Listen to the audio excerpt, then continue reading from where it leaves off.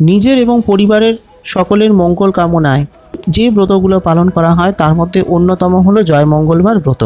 এই জয় মঙ্গলবার ব্রত পালন করতে হয় জ্যৈষ্ঠ মাসের প্রত্যেকটি মঙ্গলবারে এবং তার কিছু বিশেষ নিয়ম এবং বিধান থাকে। এবং এই বছর অর্থাৎ ইংরেজি 2024 এবং বাংলা 1431 সালে জ্যৈষ্ঠ মাসে এই জয় মঙ্গলবার ব্রত পালন করতে হবে। তো আজকে আমি আলোচনা করব যে এই জয় মঙ্গলবার ব্রত পালন করলে তার কি ফল, অর্থাৎ ব্রতের ফল, ব্রতের নিয়ম, ব্রতের উপকরণ, খিলি বা গদ তৈরি করা হয় যেটা, তার উপকরণ কি, এছাড়া মা মঙ্গলচণ্ডীর কিছু বিশেষ মন্ত্র, সেই সঙ্গে ব্রত কথা এবং বাংলার 1431 এবং ইংরেজি 2024 সাল অনুযায়ী কোন কোন দিন এই ব্রত পালন করতে হবে, মোট কটা মঙ্গলবার পড়ছে এবং এই দিনের কিছু বিশেষ সময়, যে শুভ সময়গুলোর মধ্যে আপনি আপনার পুজো করতে পারেন বা পুজো দিতে পারেন, সেই সময়গুলো কোনগুলো, বিশেষ যোগ কোনগুলো, সেটা নিয়ে আলোচনা করব। এবং সর্বোপরি ব্রত কথা ইত্যাদি সমস্ত কিছু যাবতীয় প্রয়োজনীয় তথ্য নিয়ে আজকের আমার আলোচনা। তাই সমস্ত দিকগুলো সঠিকভাবে জানতে, সঠিক মন্ত্র জানতে আজকের এপিসোডটা একদম শেষ অবধি ভালোভাবে দেখবার অনুরোধ করলাম। ভালো লাগলে একটা লাইক করে দেবেন, কমেন্ট করে জানাবেন আপনার কেমন লাগলো বা আপনার কোনো প্রশ্ন বা মতামত। সেই সঙ্গে অবশ্যই সকলকে শেয়ার করে জানার সুযোগ করে দেবেন, যাতে সকলেই সঠিক তথ্য জানতে পারে এবং সকলেই এই ব্রত সঠিকভাবে পালন করতে পারে। আর পুজো সংবাদ চ্যানেলে যদি আজ আপনি প্রথম হন তাহলে চ্যানেলটিকে এখনই সাবস্ক্রাইব করে পাশের বেল আইকনটাকে ক্লিক করে রাখুন। ফলো আর লাইক করতে ভুলবেন না পুজো সংবাদ ফেসবুক পেজ, যাতে আমি যখনই যে তথ্য আপলোড করব তার নোটিফিকেশন যাতে সবার আগে আপনার কাছে পৌঁছয়। তাহলে ব্রতের ফল, যে রমণী এই জয় মঙ্গলবার ব্রত পালন করেন সেই রমণীর কখনো জলে ডুবে মৃত্যু হয় না, অগ্নিতে দগ্ধ হয় না, অস্ত্রাঘাতে মৃত্যু হয় না এবং হারানো বস্তু অবশ্যই ফিরে পান। ব্রতের নিয়ম, জ্যৈষ্ঠ মাসের প্রতি মঙ্গলবারে রমণীদের এই ব্রত পালন করতে হবে। মা চণ্ডীর আশীর্বাদ পেতে অবিবাহিত ও বিবাহিত মেয়েরা এই ব্রত রাখতে পারেন। পুরোহিতের সাহায্যে বিভিন্ন দ্রব্য সহকারে মা মঙ্গলচণ্ডীর পুজো করতে হয়। পয়লা জ্যৈষ্ঠ থেকে সংক্রান্তি পর্যন্ত যতগুলো মঙ্গলবার পড়ে তার প্রত্যেক মঙ্গলবারই নিয়মিতভাবে ব্রতের পালন করতে হয়। ব্রত শেষে ব্রত কথা পাঠ বা শ্রবণ করতে হবে। ব্রত কথা শোনার সময় 3 গাছা দূর্বা ও একটা করে ফুল, বিশেষ করে জবা ফুল হাতে নিয়ে ব্রত কথা শুনতে হয় ও ব্রত কথা শেষ হওয়ার পর নিজের মনস্কামনা জানিয়ে মায়ের পায়ে নিবেদন করতে হবে। ব্রত কথা পাঠ শেষে গদ গিলে গ্রহণ করতে হবে। পুরোহিতকে সাধ্য মতন দক্ষিণা, আম, সুপুরি, কাঁঠাল, কলা ইত্যাদি দিতে হয়। চিড়ে, দই ইত্যাদি দিয়ে পুরোহিতকে ফলার খাইয়ে সেই ফলারের অর্ধাংশ ব্রতী নিজে গ্রহণ করবেন। যদি বাড়িতে পুরোহিত এনে পুজো করানো সম্ভব না হয় তাহলে সেক্ষেত্রে মন্দিরে মা মঙ্গলচণ্ডীর উদ্দেশ্যে পুজো দিয়ে তারপর চিড়ে, দই, খই, মুরকি বিভিন্ন প্রকার ফল গ্রহণ করতে হয়। দিনের বেলা ফলার গ্রহণ করতে হবে এবং রাতের বেলা লুচি, পরোটা, ডালিয়া, সাবু ইত্যাদি গ্রহণ করতে হবে। উপবাস রেখে এই ব্রত পালন করতে হবে। ব্রত শেষে গদ গিলে ও জল খেয়ে উপোস ভঙ্গ করতে হবে। যদি শারীরিক কোনো সমস্যা থাকে তাহলে সেক্ষেত্রে লুচি, পরোটা, ডালিয়া, সাবু ইত্যাদি গ্রহণ করা যাবে, কিন্তু পুজোর আগে ফল বা ফলার গ্রহণ করা যাবে না। এবং সেই সঙ্গে এই দিন কোনোভাবেই ভাত বা কোনো প্রকার আমিষ খাদ্য গ্রহণ করা যাবে না। এরপর হলো ব্রতের উপকরণ, 17টা গোটা সুপুরি, দূর্বা, ফুল, বেলপাতা, পাকা আম, পৈতে, কাঁঠাল ইত্যাদি। খিলি বা গদ তৈরির উপকরণ, 17টা আমন ধানের চাল, 17টা জবের দানা, 17টা তুলসী পাতা, 17টা ভিজিয়ে রাখা মুগ কড়াই, একটা কলা ও কলা পাতা। কলাটা যেন অবশ্যই কাঁঠালি কলা হয়। এরপর হলো মা মঙ্গলচণ্ডীর ধ্যান মন্ত্র, ওম জয়সা ললিত কান্তাক্ষা দেবী মঙ্গল চণ্ডিকা বরদা ভয় হস্তা চ ত্রিভুজা গৌর দেহিকা রক্ত পদ্মা সনাস্থ চ মুকুটোজ্জ্বল মণ্ডিতা রক্ত কৌশ বস্ত্রা চ স্মৃত বক্ত্রা শুভাননা নম যৌবনা সম্পন্না চারভঙ্গি ললিত প্রভা। মা মঙ্গলচণ্ডীর পুজো মন্ত্র, ওম হ্রিং মঙ্গল চণ্ডিকা ওই দেব্যই নমঃ। মা মঙ্গলচণ্ডীর প্রণাম মন্ত্র, ওম সর্বমঙ্গল্য মঙ্গলে শিবে সর্বার্থ সাধিকে শরণ্যে ত্রম্বকে গৌরী নারায়ণী নমস্তুতে। গদ গিলে নেওয়ার আগে পাঠ করতে হয় এই একটি ছড়া, 8 কাঠি সোনা মুটি সোনার মঙ্গলচণ্ডী রূপার তারা আজ কেন মা মঙ্গলচণ্ডী হলো এত বেলা। পাটের কাপড় পরতে সোনার দোলায় দুলতে দুলতে নির্ধনের ধন দিতে অপুত্রকে পুত্র দিতে অশরণে শরণ হতে অন্ধের চক্ষু দিতে আইবুড়োর বিয়ে হতে অন্তকালে স্বর্গ পেতে করোনা হেলা। খিলি তৈরির পর তা সাবধানে গিলে নিতে হবে, কোনোভাবেই যেন দাঁতে ঠেকে না যায়। এরপর হলো বাংলা 1431 ইংরেজি 2024 জ্যৈষ্ঠ মাসে মোট কতগুলো দিন পড়ছে বা কতগুলো মঙ্গলবার থাকছে। প্রথম দিন হলো ইংরেজির 21শে মে 2024, বাংলার 7ই জ্যৈষ্ঠ 1431 সন। এই দিনে শুভ সময় হলো ভোর 3:28 থেকে 4:54, বেলা 11:07 থেকে বেলা 12টা, দুপুর 1:46 থেকে দুপুর 2:40, দুপুর 3:38 থেকে বিকেল 4:32। এছাড়া এই দিন ভোর 5:46 থেকে অহরাত্র অভিযোগ থাকছে। এই যোগটা অত্যন্ত শুভ যোগ। যে কোনো পুজো, যে কোনো শুভ কর্মের জন্য অত্যন্ত শুভ এই যোগটি হয়ে থাকে। দ্বিতীয় দিন হলো ইংরেজির 28শে মে 2024, বাংলার 14ই জ্যৈষ্ঠ 1431 সন। এই দিনে শুভ সময় হলো ভোর 3:27 থেকে 4:52, বেলা 11:07 থেকে 12:01, দুপুর 1:48 থেকে 3:38। তৃতীয় দিন হলো 4 জুন 2024, বাংলার 21শে জ্যৈষ্ঠ 1431 সন।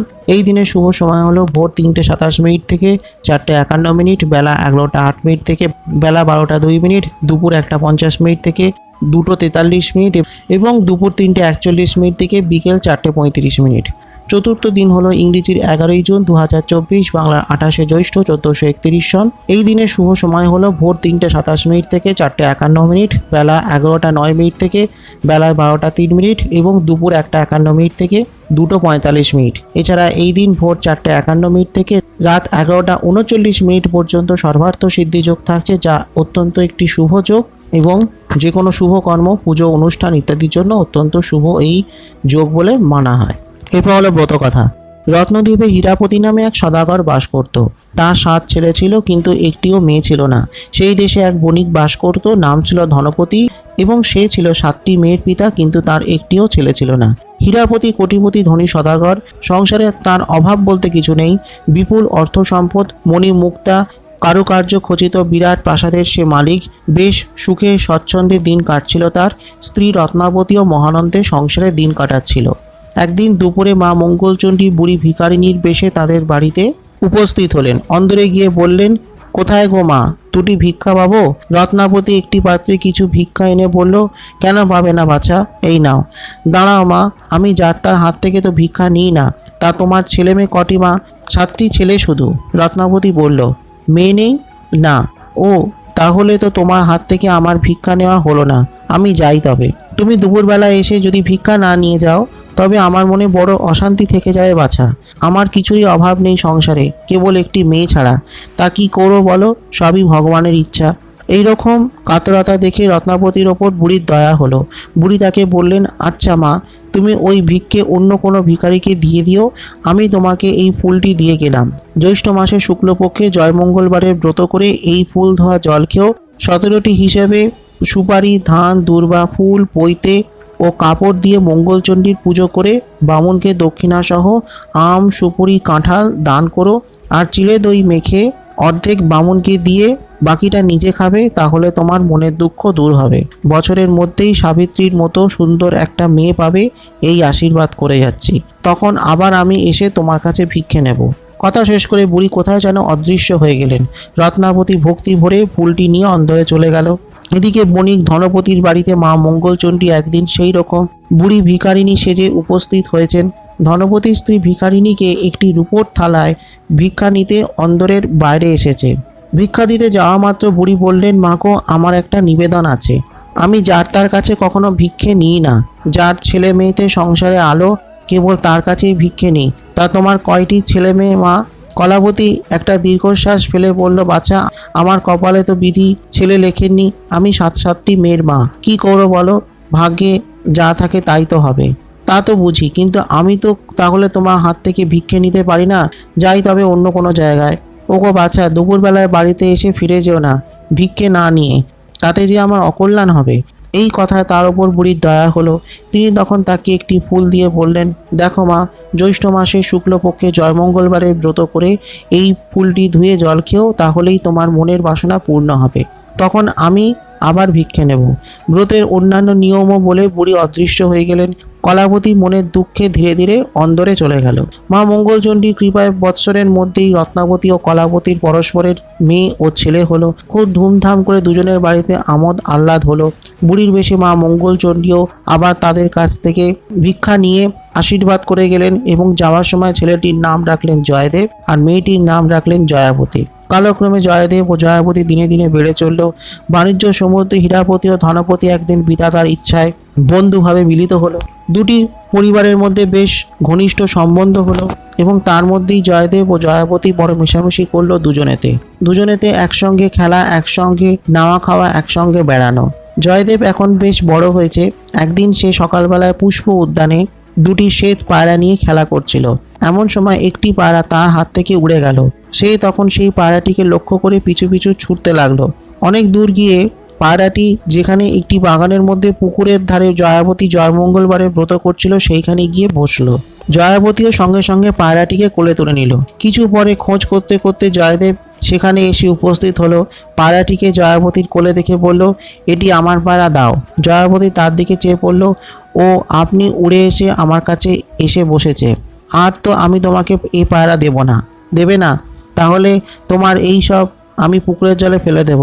সে কি, এই যে জয়মঙ্গলবারের ব্রতের জিনিস, এই ব্রত করলে কি হয়? উচ্ছ্বাস ভরে জয়াবতী উত্তর দিল, যে এই ব্রত পালন করে তার কখনো দুঃখ থাকে না। সে জলে ডোবে না, আগুনে পড়ে না, খাড়ায় কাটে না, হারালে পায়, আর মরে গেলে বেঁচে ওঠে। বটে। জয়দেব একটু বিদ্রূপের হাসি এসে চলে গেল। মনে মনে বলে উঠল, আচ্ছা, পরে দেখা যাবে তোমার বাহাদুরিটা। মা মঙ্গলচণ্ডী একদিন সদাগর ও বণিককে স্বপ্ন দেখিয়ে বললেন, আমার ইচ্ছে তোরা জয়দেব ও জয়াবতী পরস্পরের সঙ্গে বিয়ে দিয়ে সুখভোগ কর। তারপর একদিন শুভ দিনে হীরাপতি ও ধনপতি জয়দেব ও জয়াবতীর বিয়ে দিয়ে দুজনে বৈবাহিক বন্ধনে আবদ্ধ হলো। রত্নদ্বীপে সেদিন কি আনন্দের ঘটা! কলাবতী ও রত্নাবতী অন্দরে বর বধূকে নিয়ে কত আমোদ প্রমোদ করছে। চারদিকে গান বাজনা, সাজগোজ, বিরাট হইচই। পরদিন জয়দেব জয়াবতীকে নিয়ে পালকি চড়ে বাড়ির পথে যাচ্ছে। হঠাৎ খানিক দূরে আসতেই জয়দেব লক্ষ্য করলো জয়াবতী মনে মনে বিড়বিড় করে কি বলে নমস্কার করলো। জয়দেব তাড়াতাড়ি জয়াবতীকে জিজ্ঞাসা করলো, জয়া, তুমি মনে মনে কি বলে নমস্কার করলে? আজ আমার জয়মঙ্গলবারের ব্রতের দিন কিনা, তাই পুজো করতে না পেরে মনে মনে পুজো করে নমস্কার করলাম। এই ব্রত করলে কি হয়? একবার তো বিয়ের আগে তোমায় বলেছিলাম, এই ব্রত যে করে সে মঙ্গলে থাকে, জলে ডোবে না, আগুনে পড়ে না, খাড়ায় কাটে না, হারালে পায় ও মরে গেলে বেঁচে ওঠে। কিছুক্ষণ চুপচাপ থেকে গিয়ে নদীর ধারে এক জায়গায় এসে হঠাৎ জয়দেব বলল, জয়া, এখানে বড় ডাকাতের ভয়, তুমি শিগগির সব গয়নাগাটি খুলে দাও। এই বলে জয়াবতীর সব গহনাগুলি খুলে একটা পুটুলি করে নদীর জলে ফেলে দিল। সঙ্গে সঙ্গে পুটুলিটা একটা রাঘব বোয়াল গিলে নিল। বর কনে বাড়ি আসতে পাড়ার লোকেরা বলতে লাগলো, মাগো, মেয়েকে একখানি গয়নাও দেয়নি। জানি না কেমন ঘরের মেয়ের সঙ্গে ধনপতি ছেলের বিয়ে হয়েছে। বউ ভাত হবে আজ। জেলেরা মাছ ধরতে গেল, ধরে আনলো সেই বোয়াল মাছটি, কিন্তু মাছটি কেউ কুটতে পারল না। জয়দেব বলল, এ মাছ জয়া কুটবে। সবাই হেসে উঠল। জয়া মা মঙ্গলচণ্ডীর নাম স্মরণ করে সেই মাছটি বটির গায়ে ঠেকালো। অমনি খান খান হয়ে কাটা হয়ে গেল। তার পেট থেকে সেই গয়নার পুটুলি পেয়ে গয়নাগুলি খুলে পড়ে সে এলো। সবাই অবাক হয়ে গেল। রাঁধবে কে এখন এই মাছ? জয়া রাঁধবে, জয়দেব বলল। জয় মঙ্গলচণ্ডীর নাম স্মরণ করে জয়া রেঁধে ফেললো সেই মাছ। সবাইকে সুখ্যাতি করলো। তারা বলল, হীরাপতির মেয়ের জয়াবতীর নাম সত্যিই সার্থক হয়েছে। সব দিকেই তার জয় জয়কার। কিছুকাল পর জয়াবতীর একটি ছেলে হলো। হীরাপতি আদর করে নাতির নাম রাখলো জয়ন্ত। জয়দেব সুযোগ মতো একদিন জয়ন্তকে নিয়ে গিয়ে কুমোরদের পোনে ফেলে রেখে চলে এলো। মা মঙ্গলচণ্ডীর দয়া কুমোরেরা সেদিন পোনে আগুন ধরালো না। জয়ন্তকে কোলে নিয়ে গিয়ে মা মঙ্গলচণ্ডী জয়াবতীকে দিয়ে এলেন। আর একদিন জয়দেব জয়ন্তকে মেরে ফেলে পুকুরের ঘাটের সিঁড়ির নিচে রেখে এলো। মা মঙ্গলচণ্ডী ছেলেকে বাঁচিয়ে জয়াবতীর কোলে দিয়ে এলেন এবং তাকে খুব সাবধান করে দিলেন।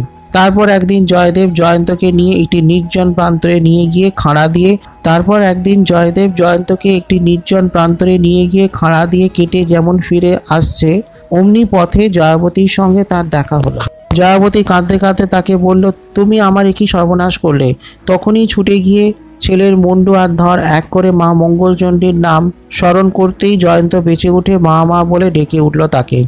জয়াবতী জয়দেবকে বলল, এখনো তোমার মা মঙ্গলচণ্ডীর উপর বিশ্বাস হয় না? জয়দেব লজ্জিত ও অপ্রতিভ হয়ে বলল, হ্যাঁ জয়া, আমার বিশ্বাস হয়েছে। চলো আজ আমরা মায়ের মহিমা জগতে প্রচার করি গিয়ে। মায়ের কৃপাদৃষ্টিতে তারা খুব সুখে সংসার করতে লাগলো।